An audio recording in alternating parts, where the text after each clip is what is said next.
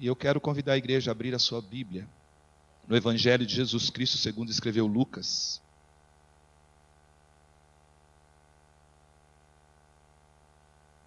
Capítulo de número 4.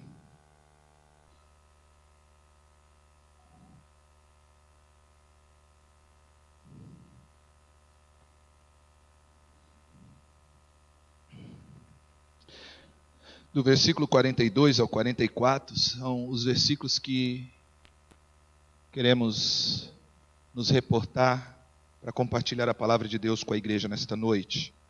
Lucas 4, de 42 a 44.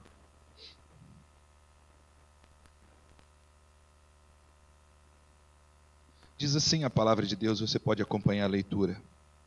Sendo o dia, saiu e foi para um lugar deserto. As multidões o procuravam e foram até junto dele e instavam para que não os deixasse. Ele, porém, lhes disse: é necessário que eu anuncie o evangelho do reino de Deus também às outras cidades, pois para isto é que fui enviado. E pregava nas sinagogas da Judéia. Deus amado, Deus bondoso, muito obrigado, Senhor, por este momento tão singular nas nossas vidas. Obrigado, Deus, porque é desfrutando da liberdade que vem do Senhor que nós podemos nos reunir na Tua casa nesta noite. Nós podemos abrir a Tua palavra, podemos ler a Tua palavra, podemos refletir na Tua palavra. E posto, ó Deus, que é a Tua palavra que se encontra aberta diante dos nossos olhos, usa de misericórdia para com o Teu servo na transmissão da Tua verdade. E esta mesma misericórdia também se derrame sobre o Teu povo aqui presente, para que, ó Pai, todos nós saiamos da Tua presença nesta noite, alimentados e transformados pelo poder da Tua palavra. É a nossa oração no nome de Jesus. Amém, Senhor. A história da igreja cristã, nesses 2000 anos, é marcada por uma busca de cumprir uma ordem de Jesus Cristo, aquela que a maioria dos estudiosos consideram como o último mandamento dado por Jesus, a última ordem dada por Cristo, a ordem dada à igreja para que ela vá pelo mundo, pregue o evangelho e faça discípulos de todas as nações. A obra missionária, ela é de extrema importância e tem sido de extrema importância para a continuidade da igreja. Desde o princípio da igreja, nós vamos perceber o Senhor separando da multidão dos seus servos alguns para servirem nesse propósito especial.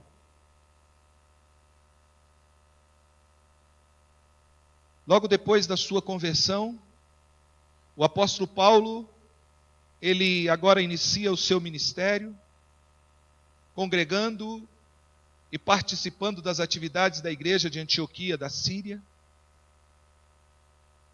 E diz a palavra de Deus que o Espírito Santo vem sobre aquela igreja, no momento em que aquela igreja estava orando e buscando a presença de Deus. E o Espírito Santo diz claramente àquela igreja: separai-me, Paulo e Barnabé, para a obra para os quais o tenho destinado. E aqueles dois servos de Deus, dois ícones daquela igreja, dois líderes daquela igreja, duas pessoas de grande importância para aquela igreja, então eles, atendendo a voz do Espírito Santo, eles deixam Antioquia da Síria e iniciam aquela que ficou conhecida como a primeira viagem missionária do apóstolo Paulo.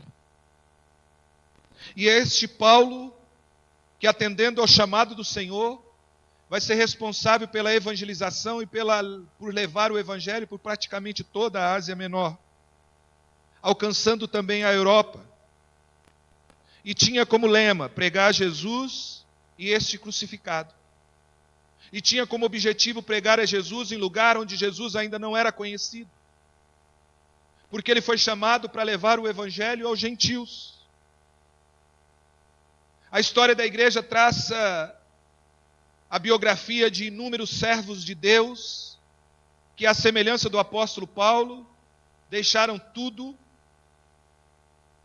para ir ao encontro de alguns. A nossa igreja, ela nasce e é fruto desse desejo no coração de um servo de Deus, quando um jovem recém-formado, recém-terminado os seus estudos no seminário, ele não se sente vocacionado e chamado para assumir uma igreja nos Estados Unidos, mas deseja iniciar o seu ministério em terras brasileiras, e é isso que traz o reverendo Ashbel Green Simonton ao Brasil, para pregar o evangelho a uma nação que ele não conhecia, numa língua que ele não entendia, e que oferecia muitos riscos, principalmente à saúde. E esta verdade, ela permeia todas as páginas da Escritura e toda a história da igreja. A igreja cristã sempre se utiliza de homens para fazer a sua obra. E esta é uma característica da igreja.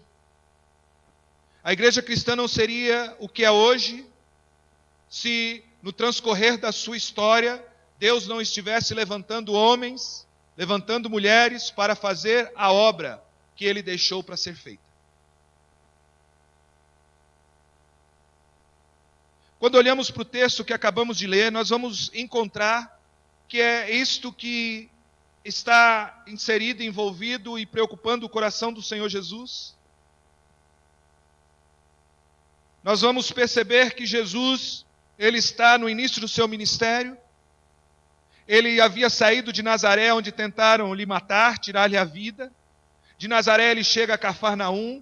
Em Cafarnaum ele realiza muitos milagres. Em Cafarnaum ele está gozando de um prestígio muito grande. Ele está sendo muito bem visto, muito bem quisto. Aquela cidade original de Pedro, André, Tiago e João, é aquele lugar em que o Senhor Jesus recebe um tratamento totalmente diferente da cidade de Nazaré, onde Jesus viveu praticamente toda a sua vida até aqueles dias. Mas, quando nós olhamos os versículos que antecedem o texto que lemos, nós vamos entender o que está acontecendo com Jesus em Cafarnaum. Jesus chega ali naquela cidade, realiza muitos milagres. Diz o versículo anterior, no versículo 40 e diante, diz que ao pôr do sol todos os que tinham enfermos de diferentes moléstias, lhes trazia, ele os curava, impondo as mãos sobre cada um. Também de muitos saíam demônios, gritando e dizendo, tu és o Filho de Deus. Ele, porém, os repreendia para que não falassem, pois sabiam ser ele o Cristo. Jesus está no auge da sua popularidade na cidade de Cafarnaum. Jesus está atingindo o ápice do seu prestígio ali naquela cidade. O seu ministério é um ministério desejado, a sua presença é desejada. Os habitantes de Cafarnaum desejam que ele permaneça com eles muito tempo, porque o versículo 42 diz que eles instavam para que Jesus não os deixasse. Mas a atitude de Jesus é como que alheia a todas essas coisas, não há preocupação no coração do mestre com tudo isso que está acontecendo, isso não comove o seu coração, isso não muda o seu jeito de ver o mundo, isso não muda a sua forma de enxergar a situação dos homens. E é sobre isso que eu queria compartilhar com a igreja, que eu quero compartilhar com a igreja nesta noite. A evangelização e a obra de Jesus Cristo. Esse versículo nos mostra o quão importante era para Jesus a obra de fazer conhecido o Evangelho dentre as nações e dentre os povos. E algumas coisas nos chamam a atenção nesse texto com relação à evangelização e à visão de Jesus acerca da evangelização. E a primeira coisa que eu gostaria de destacar é que a evangelização era o centro do ministério de Jesus. Marcos escrevendo, reportando sobre esse mesmo texto, ele vai dizer, era ainda de madrugada, bem perto do nascer do sol, quando Jesus foi para um lugar deserto a fim de orar. Se no dia anterior ele ficou até tarde da noite curando, realizando prodígios, expulsando demônios, libertando pessoas escravizadas pelo diabo. Se em algum tempo, durante o dia anterior, ele passou muito tempo libertando as pessoas das moléstias, das enfermidades, restaurando a saúde. Agora pela manhã, Jesus está num lugar deserto, em intimidade, num momento de intimidade plena com Deus, é só ele e o Pai, e Jesus está orando, segundo o relato de Marcos. Sozinho em oração, Jesus está deixando de lado todas as demais coisas, porque ele entende que tudo aquilo que havia feito no dia anterior era de somena importância diante do grande desafio que ele tinha da obra que lhe fora confiada para realizar. Em Cafarnaum, as pessoas lhe procuravam e diziam: fiquem conosco.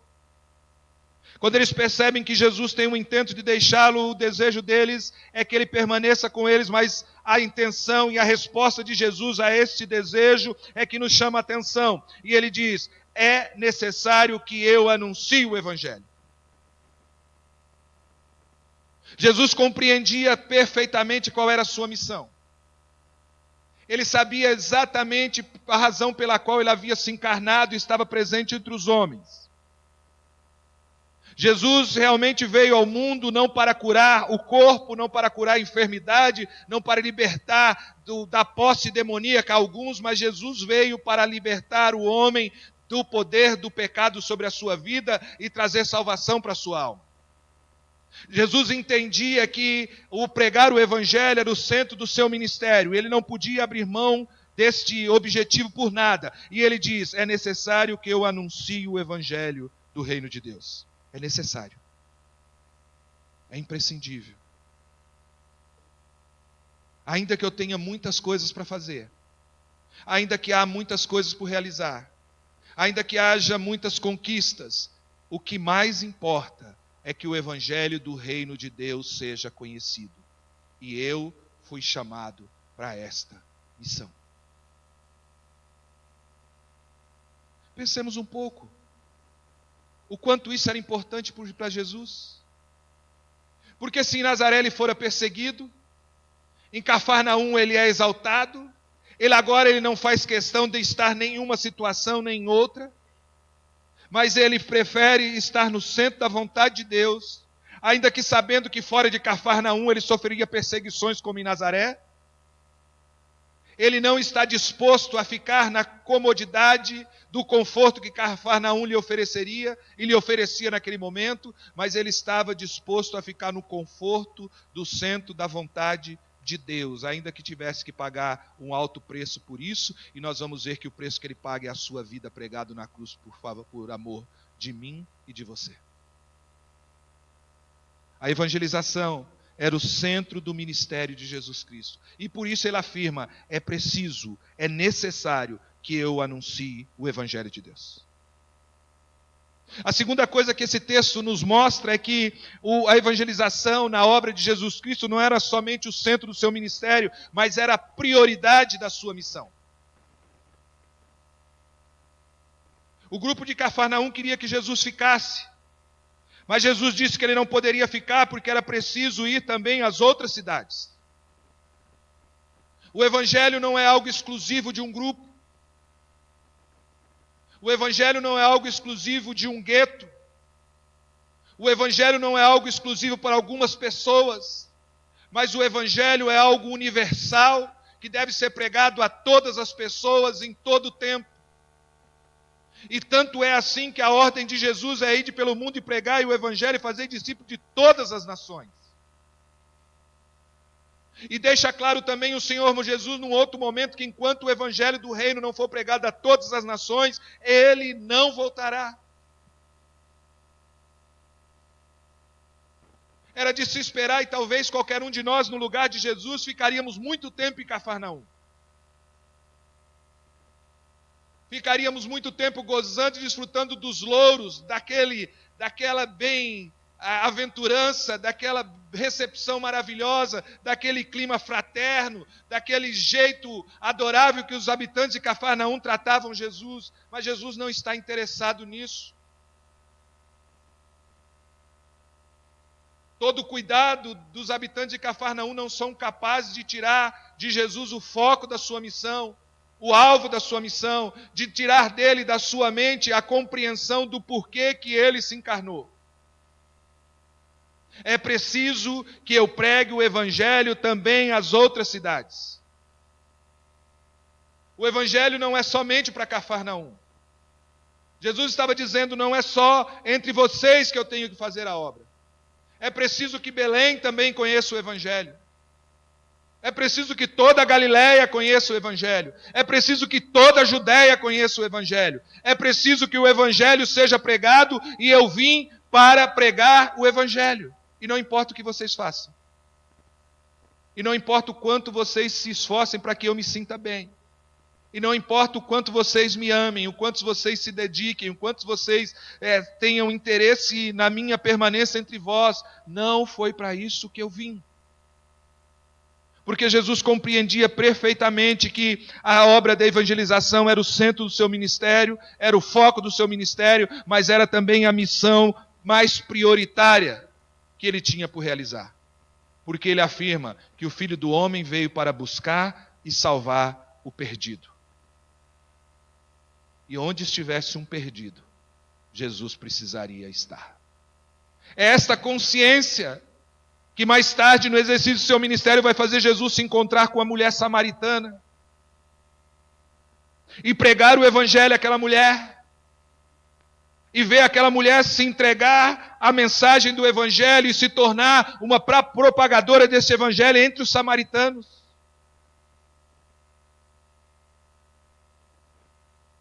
É esse senso desta missão prioritária que molda todos os atos de Jesus no exercício do seu ministério. Todo conforto, todo reconhecimento, todo o cuidado, toda a atenção que ele pudesse receber nas cidades por onde passou, não tiraria do Mestre o foco da sua missão. Ele veio para que o Evangelho fosse conhecido. Então o Evangelho na obra de Jesus Cristo, esse texto nos mostra que primeiramente ele era o centro, a evangelização era o centro do ministério de Jesus. Esse texto também nos mostra que a evangelização era a prioridade da missão de Jesus. Mas o versículo de número 41 ainda nos traz algo mais importante, ele nos mostra ainda que no final do 40, início do 41, que a evangelização era para Jesus a causa mais importante. A causa mais importante do ministério de Jesus era a evangelização. E ele sabia disso. E diz o texto então que Jesus saiu de Cafarnaum, ia às outras cidades e pregava nas sinagogas deles. Jesus entrava nas cidades e Paulo também usou essa mesma estratégia de evangelismo quando exercia as suas viagens missionárias. Jesus chegava numa cidade e ia até a sinagoga, onde se reuniam seus irmãos judeus, e ali ele, naquele momento de reunião e de adoração a Jeová, ali nas sinagogas, o Senhor Jesus usava aqueles momentos para pregar o Evangelho.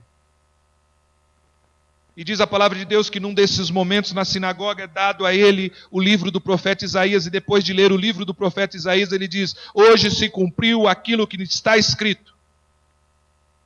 Dizendo claramente que tudo aquilo que Deus havia prometido no Antigo Testamento, de que um dia haveria de vir ao mundo, aquele que restauraria o relacionamento do homem pecador com Deus Santo, aquele que haveria de esmagar a cabeça da serpente, aquele que haveria de vencer o pecado e a morte, aquele que haveria de restabelecer esse relacionamento perdido e abandonado pelo homem no Éden, quando o homem decidiu deliberadamente desobedecer a Deus para obedecer os desejos do seu próprio coração. Um dia essa história seria mudada, e essa história seria mudada na pessoa bendita de Cristo. E Cristo, agora diante do livro do profeta Isaías, quando falava do servo sofredor, da ação deste homem, ele diz: hoje se cumpriu o que está escrito.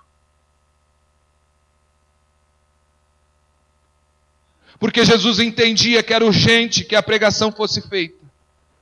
Jesus entendia que não era mais possível ver geração após geração passar sem conhecer a verdade do Evangelho.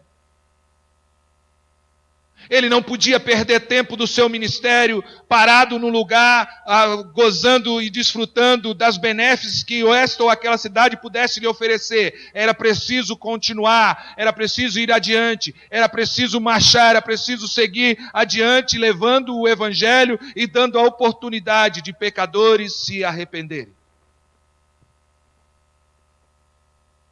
A evangelização sempre esteve e sempre fez parte do ministério de Cristo.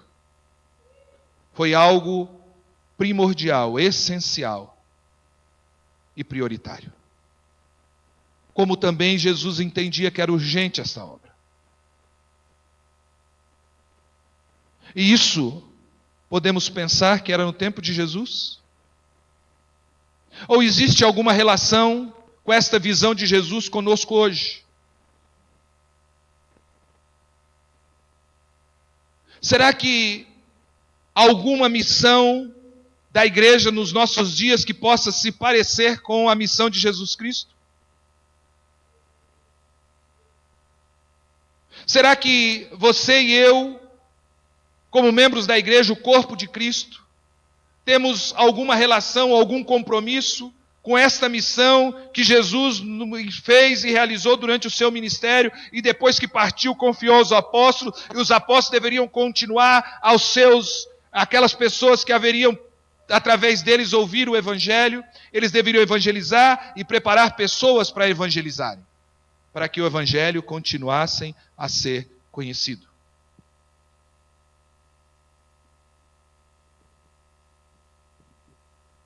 Vivemos um tempo que parece que a igreja esqueceu qual é a sua missão principal. Vivemos um tempo que nós crentes parece que esquecemos qual é o objetivo e a prioridade da nossa vida.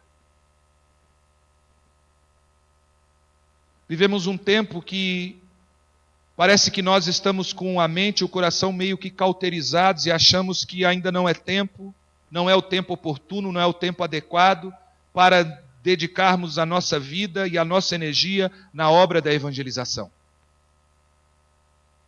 Mas nada disso é significativo e verdadeiro quando eu comparo a realidade da igreja hoje com a realidade dos tempos de Jesus. Aquilo que era prioridade no tempo de Jesus, será que deixou de ser prioridade hoje ou se tornou ainda mais prioridade? Aquilo que era urgente no tempo e no ministério de Jesus deixou de ser urgente ou se tornou ainda mais urgente?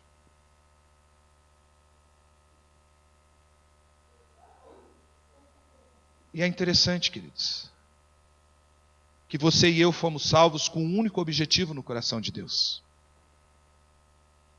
E o objetivo de Deus, ao te livrar das trevas e te trazer para a luz do Senhor, foi porque você vivesse uma vida para a glória dele. Você existe para a glória de Deus. A igreja existe para a glória de Deus. E agora, dentre as muitas formas em que Deus pode ser glorificado na sua e na minha vida, a evangelização dos perdidos é a principal. Nós precisamos entender isso como igreja. Nós precisamos entender isso como crentes individualmente. Nós precisamos entender que nós precisamos exercer o nosso papel de propagadores do Evangelho de Cristo para que através das nossas vidas o Senhor seja glorificado. Não podemos mais passar a nossa vida alheio e indiferente à multidão dos que se perdem e jazem e vão caminhando e morrem e vão para o inferno, porque a igreja não se levanta para falar do amor de Deus e de oferecer a oportunidade de salvação aos perdidos. Não dá mais para vivermos um tempo e vivermos acomodados nos sofás das nossas casas, no conforto dos nossos lares, enquanto multidões se perdem à nossa volta. Olha para a realidade da juventude dos nossos dias. Os nossos jovens caminham a passos largos para o inferno e não vejam, nós somos uma voz que se levanta para dizer para eles, olha, vocês precisam mudar o rumo da sua vida. Vivemos um tempo que nós lamentamos os perdidos, mas não estamos dispostos a impedir que eles se percam. Estamos nos acostumando com o conforto do bem-estar e deixamos de entender que nós não fomos chamados para viver as benesses do Evangelho, mas para pagar o preço de sermos participantes da obra do evangelismo que o Senhor nos chamou.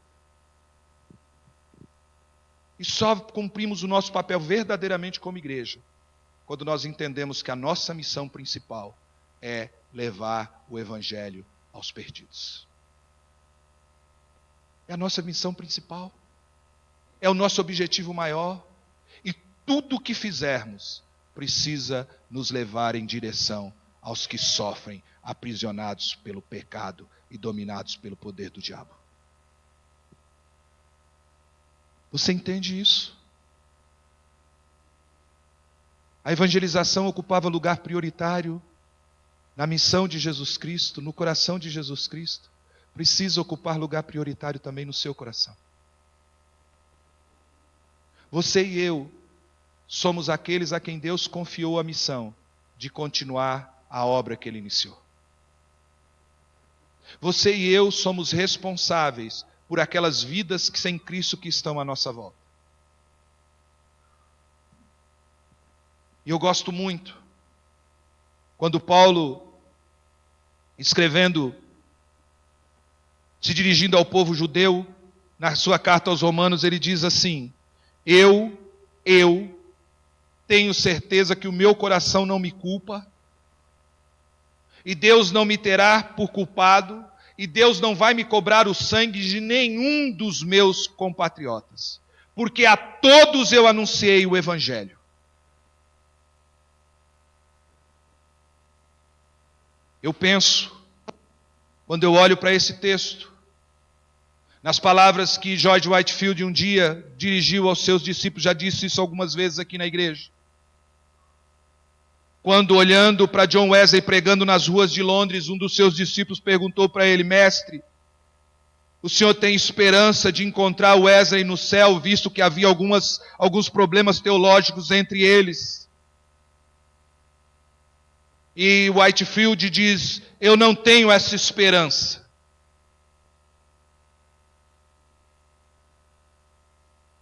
E depois concluiu: porque ele vai estar tão perto do Senhor que eu não poderei enxergá-lo, porque ele tem cumprido a obra que Deus lhe chamou. Eu penso também em Charles Spurgeon, um dos maiores pregadores que o mundo conheceu, o príncipe dos pregadores da Igreja Batista, que um dia, dirigindo a sua classe de futuros pastores, ele foi perguntado: Senhor, mestre, o senhor acha que como vai ser o seu galardão? Qual é as suas expectativas com o céu? Ele diz: eu penso no céu com temor e com tremor. E um dos discípulos disse para ele: por que, mestre? Visto que grandes multidões o Senhor levou para o céu por meio da mensagem, se converteu ao Senhor Jesus Cristo, e ele vai dizer: o meu medo é se houver uma única alma que eu pude salvar e deixei de falar o Evangelho.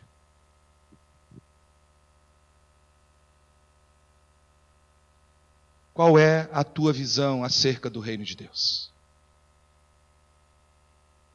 O que é prioridade na tua vida?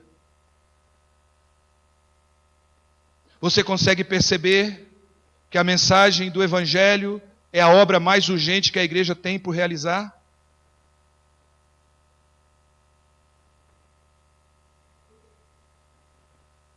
Hoje existem alguns bancos vazios da nossa igreja. Sabe de quem é a responsabilidade de ocupar esses bancos? É daquelas pessoas, eles estão vazios, aguardando aquelas pessoas que estão próximo de você, que precisam ouvir do Evangelho, que você não teve coragem de falar ainda. Eles estão reservados para eles, e se nós não fizermos isso, eles vão continuar vazios. A palavra de Deus afirma de maneira clara que a fé vem pelo ouvir e o ouvir da palavra de Deus. E que as pessoas não se converterão se não houver quem pregue. E nós precisamos ter coragem e ousadia para pregar o Evangelho. Nós precisamos dizer a este mundo que existe uma esperança. dizer a este mundo perdido que existe esperança, dizer a essa juventude desesperada que existe ainda uma razão maior de viver, que a razão e as expectativas de vida não se resumem aos prazeres deste mundo, às alegrias momentâneas deste mundo, mas o verdadeiro prazer está em pertencer a Jesus Cristo, a verdadeira alegria está em entregar a sua vida plenamente a Jesus Cristo, a verdadeira razão desta vida está em pertencer e servir a Jesus Cristo. O mundo precisa conhecer o Cristo que nós conhecemos. E você e eu precisamos entender que esta é a nossa missão. Jesus disse de maneira muito clara: é necessário que eu anuncie o evangelho do reino de Deus. Você e eu precisamos dizer as mesmas palavras. É necessário que nós anunciemos o reino de Deus. E é necessário que nós anunciemos o reino de Deus na nossa rua, na nossa escola, no nosso trabalho, no nosso bairro, na nossa cidade. É necessário que o mundo conheça o Cristo que salva. E nós somos os responsáveis por fazer isso conhecido. Há pessoas que exercem um chamado especial. E parece que nós ficamos no exercício da vida cristã na expectativa de que essas pessoas surjam. Então é o missionário que tem que pregar, é o evangelista que tem que evangelizar, é o obreiro que tem que ir lá à busca do perdido, e eu faço o quê? Contemplo. Não, queridos. Nós não fomos chamados para ser espectadores da obra. Nós somos chamados para ser participantes da obra que Deus está realizando. E saiba que o Espírito Santo de Deus está salvando almas neste mundo. E vai continuar salvando. E nós precisamos nos engajar nessa luta, sendo auxiliares do Espírito Santo na conversão do perdido. E só há um meio de fazer isso: pregando o Evangelho. Conversávamos na nossa última reunião do conselho. E colocamos para o conselho um grande desafio. E o conselho entendeu e tem orado por isso, e eu quero que você ore também por isso, queridos. Esse ano nós completamos 38 anos de igreja organizada. E pela graça e misericórdia de Deus, nós rompemos a barreira dos 300 membros. Mas temos orado para que ao completarmos 40, sejamos mais de 400. Isso só vai ser possível com a disponibilidade e o engajamento de cada um nesse ministério da evangelização. Porque a palavra de Deus diz que quando a igreja faz o que Deus quer que ela faça, Deus faz o que precisa ser feito em favor da igreja. Quando você vai ver no livro de Atos dizendo que a igreja tinha tudo em comum e perseverava na oração, na comunhão e na doutrina dos apóstolos, diz a palavra de Deus que essa igreja gozava do bem-estar e tinha um bom relacionamento com a sociedade, e diz a palavra de Deus que dia a dia o Senhor ia acrescentando àquela igreja os que iam sendo salvos. Nós sonhamos em ver isso acontecendo nesta igreja, para a honra e glória de Deus. Que Deus nos ajude, queridos. Que Deus desperte a nossa consciência e a nossa disposição para fazermos a obra que Ele nos chamou para fazer. E saiamos evangelizando a nosso bairro, a nossa rua, a nossa escola, o nosso trabalho, fazendo tudo isso para a glória de Deus. Porque a evangelização, ela deve ser o centro do ministério da igreja e da vida do crente. O ministério deve ser a prioridade da nossa missão como igreja e como crente. A evangelização é a causa mais urgente que nós temos para lidar. Que Deus nos abençoe.